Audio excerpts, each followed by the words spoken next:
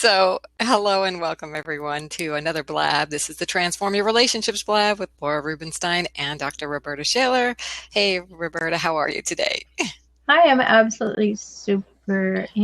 I spent a wonderful weekend with you and many other people, just sharing inspiration, ideas, possibilities, and a whole lot of generous love in the room, too. So it was really a great weekend. How are you?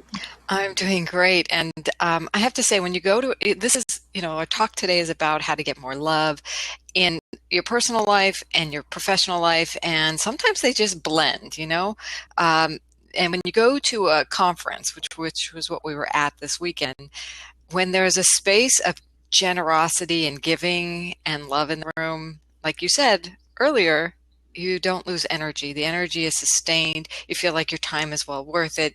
You're more creative. I mean, you can speak to what it was like for you.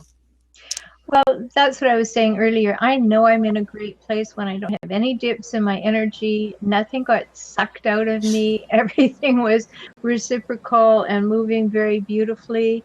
And I met great people that I'm inspired to connect with again. And they obviously are inspired to connect with me. It's happening. Yeah. So we always want to place ourselves in places where there's reciprocity.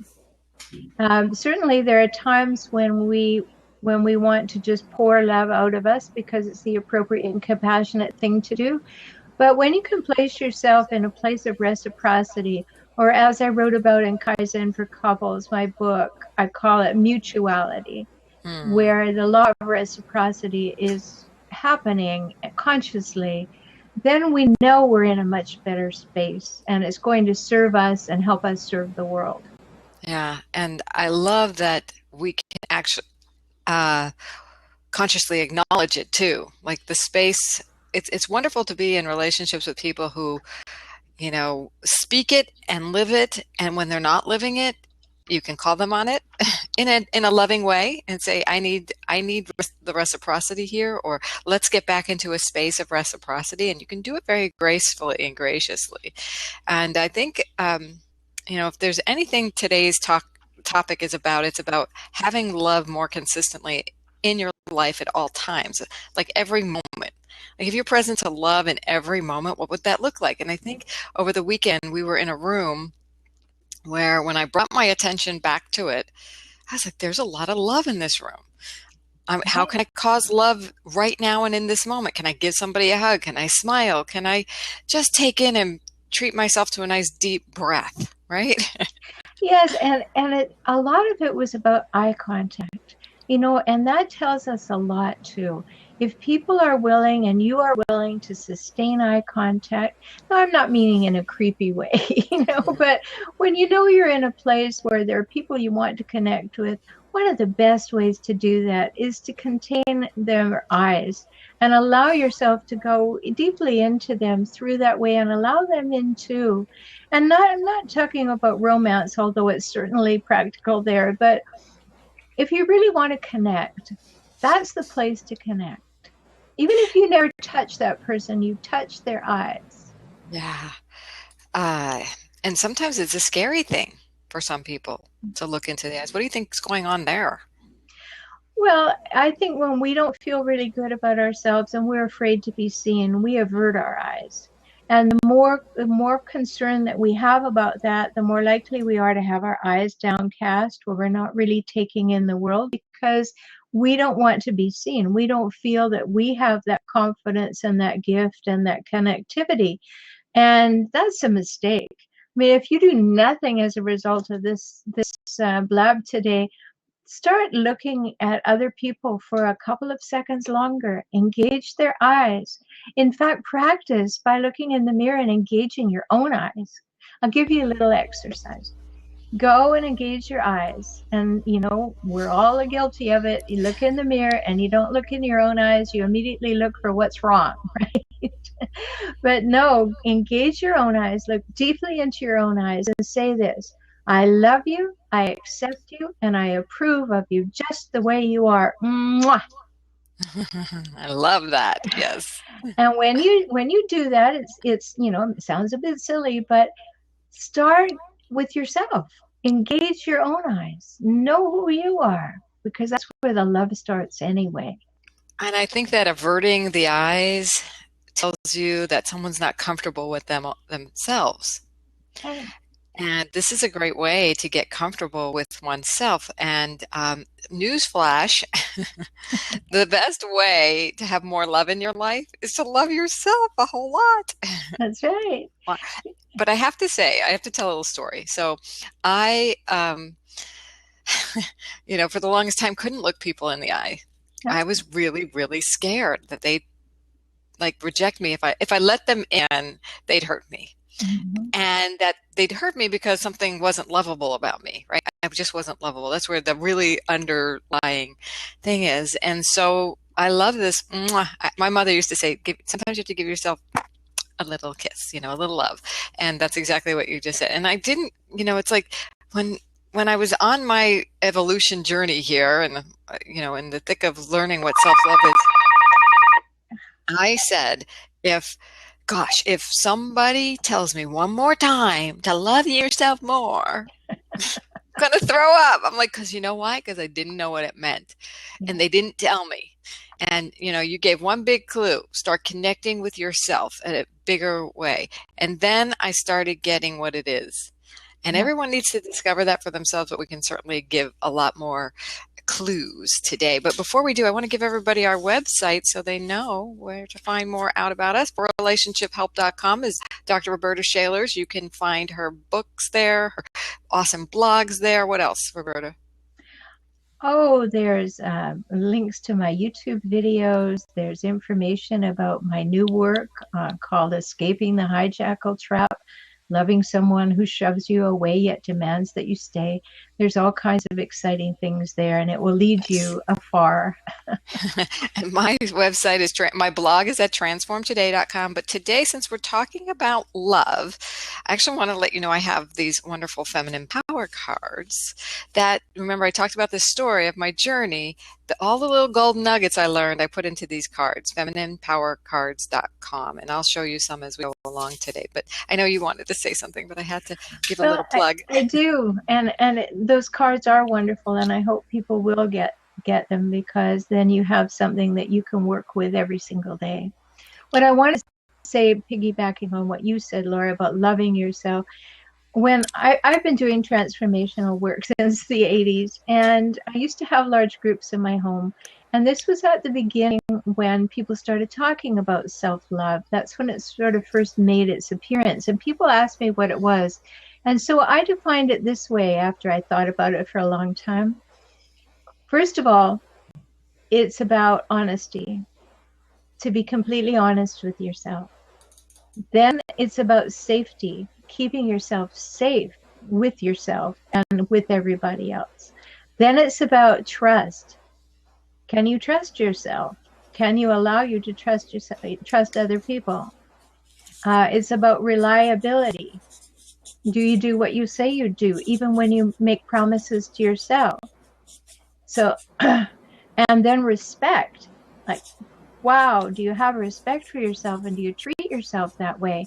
Those are hallmarks of self-love. And if you give them to yourself, then you will have the gift to give to others. You can't give a gift you don't have, can you? Mm-hmm. If I don't have it, I can want to give it to you, but I don't have it to give. So just a little further on why it begins with you. If you want love, you have to love yourself. Just to repeat for those of us who need to see it in writing, these are the hallmarks of self-love. Give it to yourself first, then you'll have it to give to others.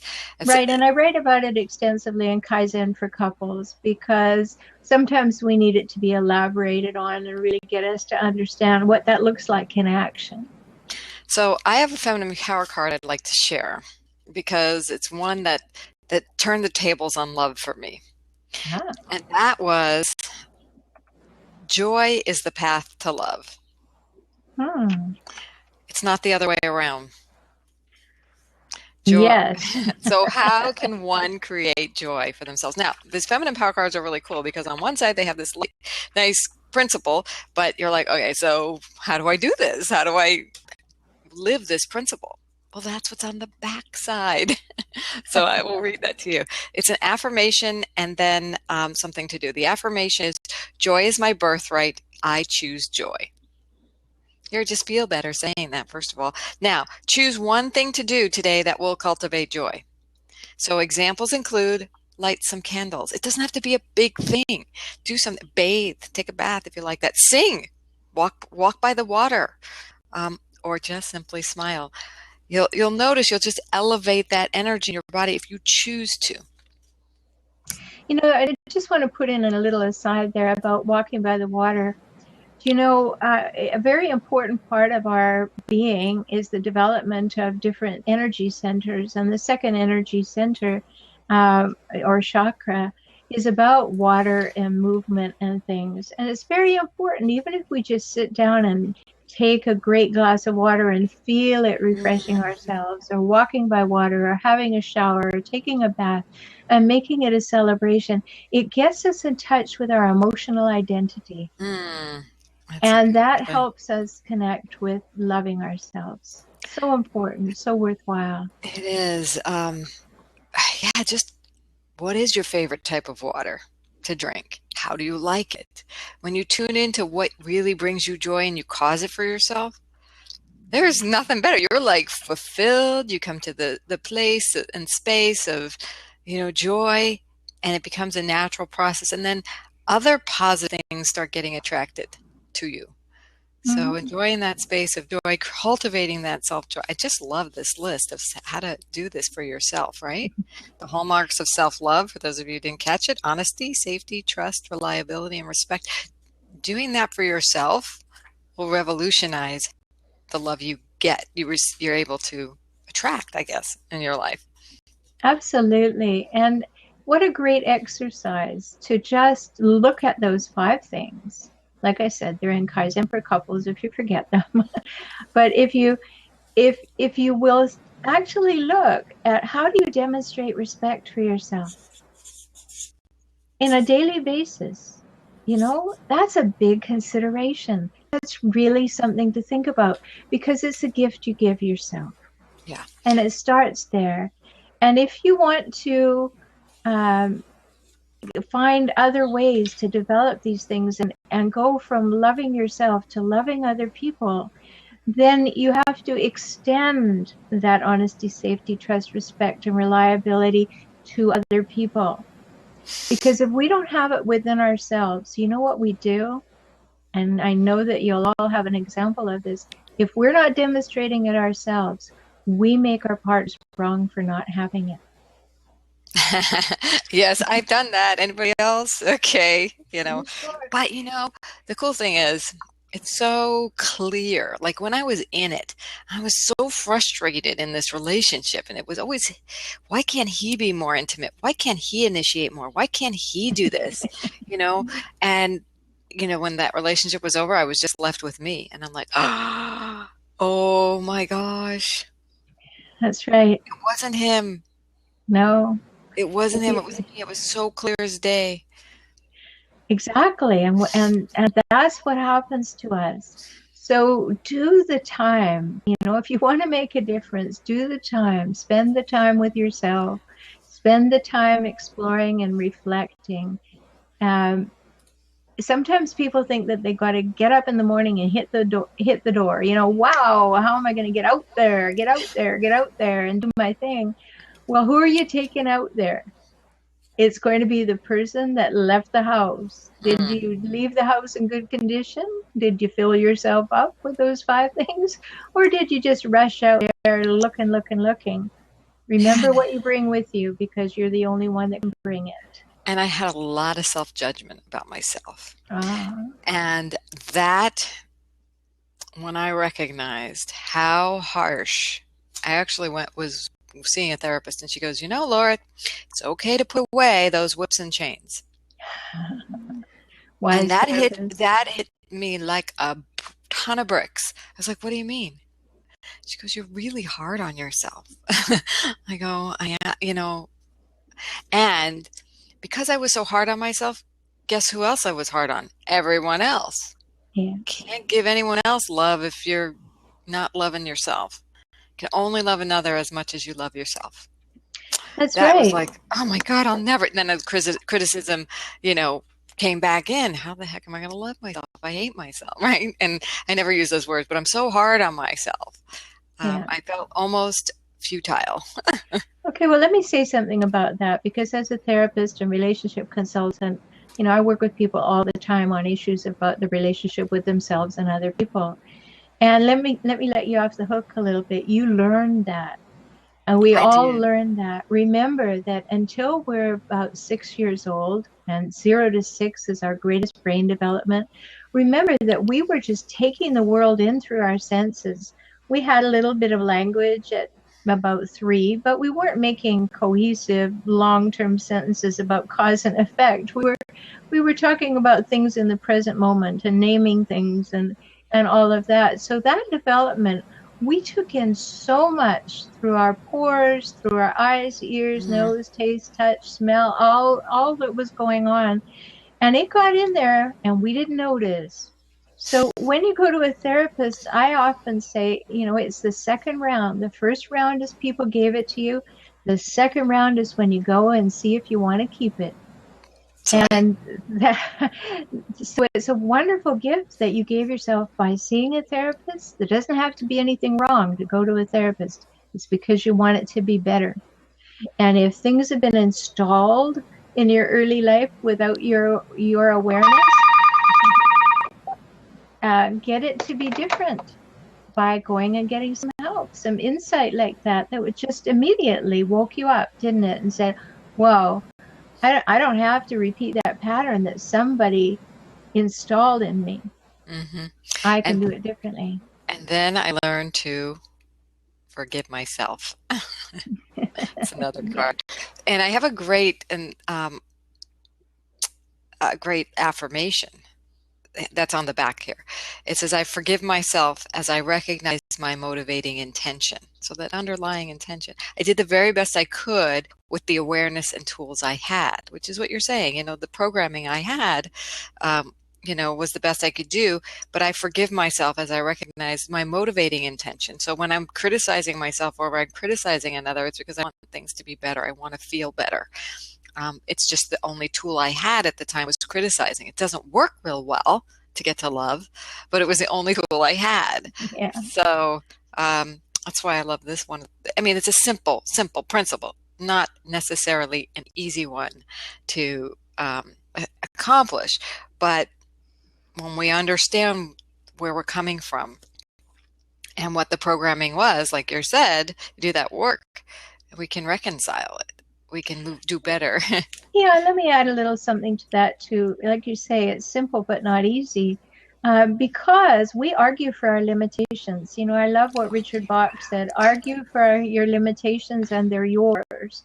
And so when we're hard on ourselves, we have a justification for why we should be hard on ourselves. And it goes into a whole lot of deep story. And so it's not always easy to forgive ourselves at the first go round. It's just an idea and it has to get from here to here to our hearts, to allow that to occur. And we forgive other people because we don't want to carry anything. So why would we want to carry something about ourselves? We have the opportunity to be fresh and new in this moment. We don't have to carry all the emotional baggage. I saw a wonderful thing on Facebook the other day, and a fellow came up to the ticket counter at the airline, and she said, "Oh yes, we do charge for emotional baggage." Oh, that's so cute. And I thought, whoa, there'd be a lot of people paying a whole lot of money if that were the case. But the cost it has in our life is enormous. And when you go and get a little bit of help, a little support, a fresh pair of eyes, then you can optimize your life. Mm. And if you don't do that, then you're going to depend on friends who may or may not have the ability to help you see that. Or you're going to keep having the same pattern because the people who gave it to you are still in your life and they're going to reinforce it. I found out that when I was criticizing myself a lot more and really I was relying on it like a crutch, Yeah. it became an excuse for not having what Exactly. I want. And I didn't take responsibility for having what I want. This is like deep stuff here, you know. Well, it is really deep stuff. I have people in my practice. I can think of one fellow who is willing to give up on his marriage. And here's what he said. This is how deeply entrenched and convoluted it is. He said, "My wife could never forgive me for doing what I did, therefore I'll leave." Hey, how can you put that on your wife? Right? That it is your choice whether or not you forgive yourself and you do something to change things with your wife. That story became, well, my wife wouldn't want me. He already made the decisions on behalf of his wife because he couldn't forgive himself. Mm. And that's unfortunate. Fortunately, we're turning that one around, so you on that one. But Well, yeah, he's that's in the your way. office, right? Or he's Yeah, working with you. So, that's the way it happens. We start using the same hammer on everybody else that we use on ourselves, and when all you have is a hammer, everything looks like a nail.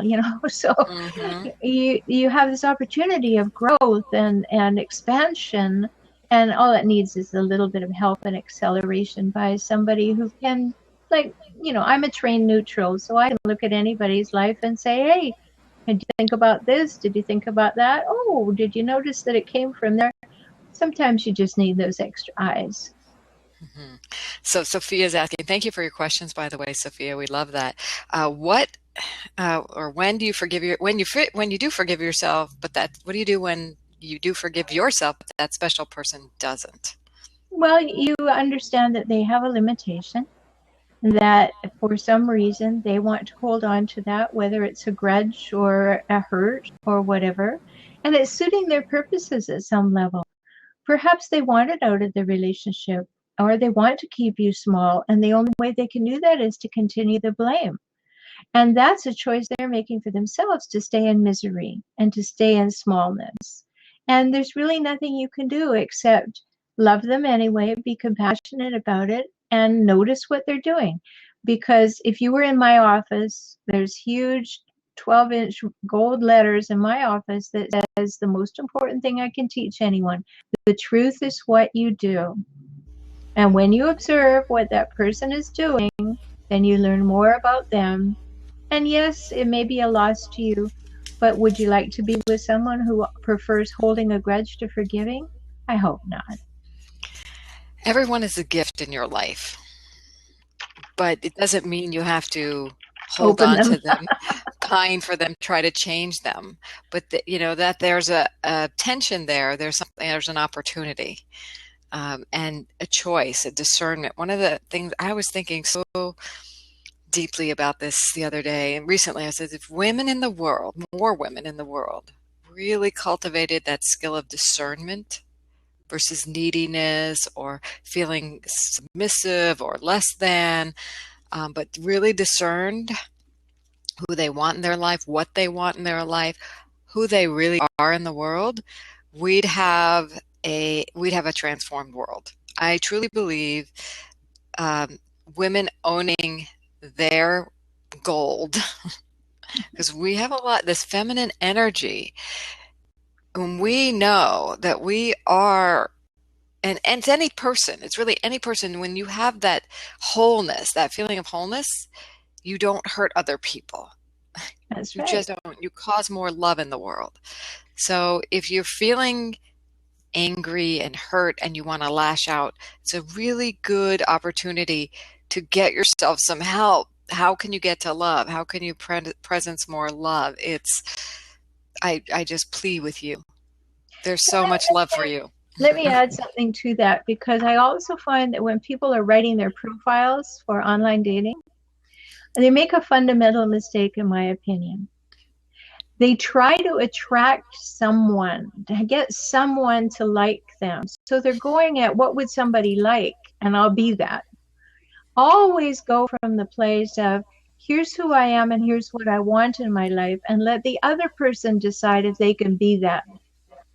I actually wrote, I did some online dating in the early 2000s, and I had so much fun writing my profile because I'm like, you're probably a guy who loves dancing and to delight in the full self-expression of the woman you're dancing with, or something like that, right? So I was honoring myself and giving him a compelling reason to love who I am if he's that. And if he's not, that's fine. It's not the right fit. We move on. We find the right. Exactly. I mean, I met my husband online, and what he was attracted to was that I said, I want a world-class relationship and I won't settle for anything less. So if you're not in, don't bother. It's a beautiful thing. You So, know? we've been talking a lot, and it seems like we've been talking a lot about personal relationships. Now, of course, we have, but how does this apply to the work world? It's like, I think it's 100% completely relevant. But I wanted to just presence that and bring that up, that if you are loving yourself more, you're going to have better coworker relationships, better clients attracted to you. You're not going to get people who take advantage of your services. You can set boundaries very well. Do you want to add to that? Well, you're not going to pick up the phone and call someone to say I have something of value for you if you don't love yourself. So even a basic sales call will not happen in the same way if you don't have that self-love. If you don't recognize that I have something of value to offer you, and I would be pleased to offer that service to you. Also, when I go into companies, because my specialty is dealing with chronically difficult people as spouses and coworkers. So when I go into a company, there are many personalities that are there. What are you doing to be loving, understanding that how other people are being is not necessarily anything to do with you. The only thing that is to do with you is who are you being? And then you take that understanding through with you, right? So it's important, again, to come to this rock bottom place of loving yourself so that you are not feeling persecuted. You're not feeling like people are doing things to you. You're aware and you're connected and you're giving. And that giving is the opportunity for people to come to know who you are. And don't be concerned about what are they thinking? Do they like me? Is this good? Do that work beforehand, but go there with an open heart and an open mind. The work, huh? I wish we had a better word. The love. Do the love. Yeah. The love thing. So I have a couple of more cards, and I'm deciding which one to. A lot of people say, this is this blame thing. When you hear yourself, oh, nobody's trustworthy anymore. I can't trust anybody. And that's one of those key elements in your list of do this for yourself. So I have a card to that effect here. To attract trustworthy, what is it? To attract trustworthy people in your life, be more trustworthy. Okay. So Exactly. It's a correspondence, it's always going to be a correspondence. So here's something to contemplate is how can I develop more trust in myself? Sit with that or write about it if you're a journaler, or just observe throughout your day. Mm-hmm. Are you being trustworthy? Did you keep an agreement with yourself to exercise, to go to bed at a certain time, that's one of mine. To eat well. To eat well, to Drink call water. somebody when you said, to deliver something you said. The more you do that, and the more you find you're trustworthy, the more trustworthy people come into your life. So, and that's really, really, really core foundational in business.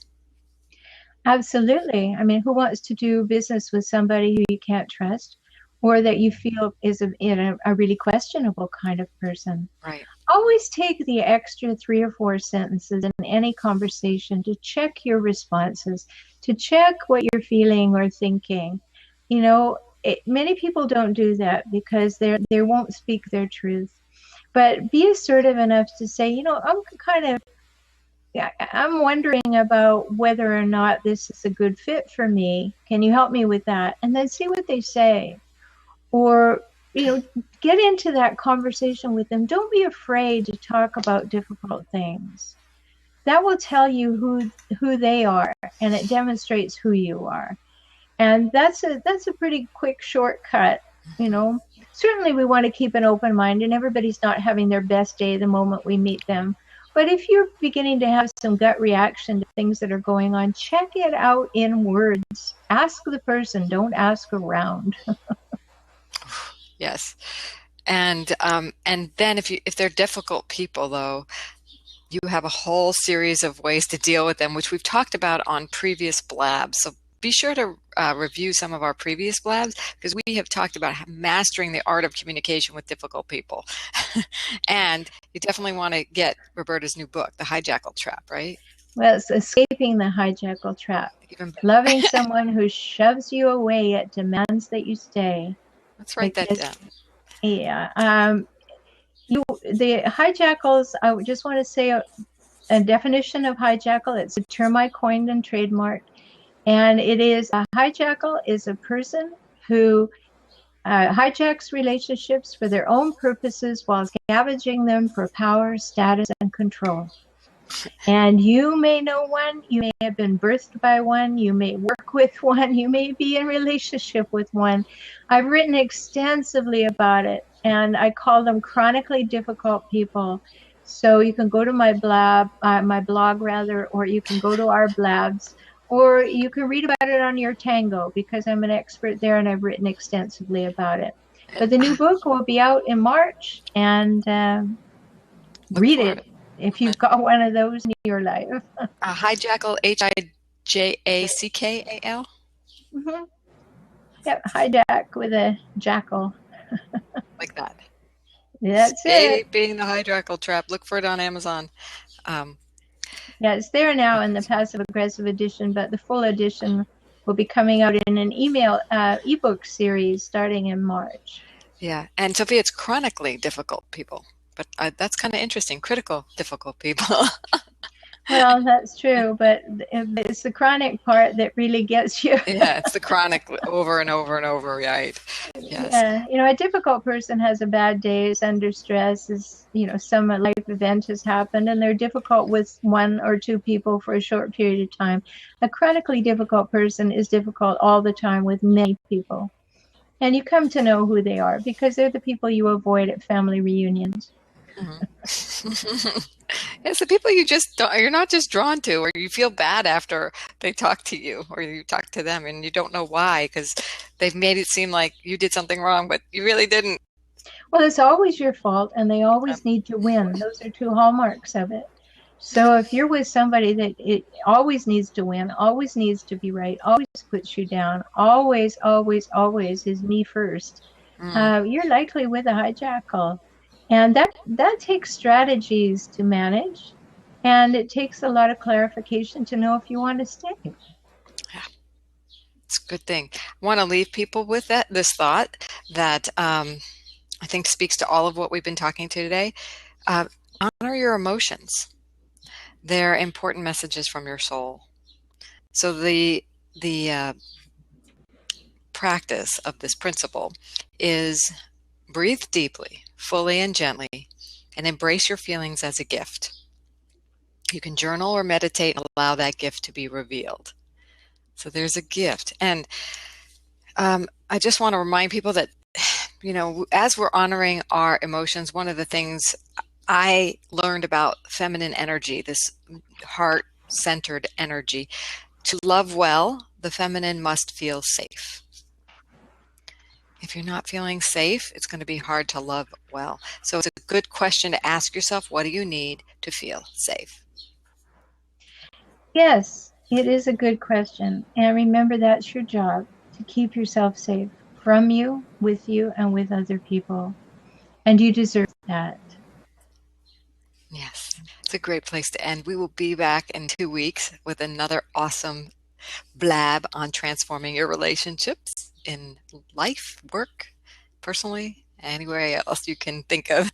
Till then, we'll see you. All right. Bye-bye.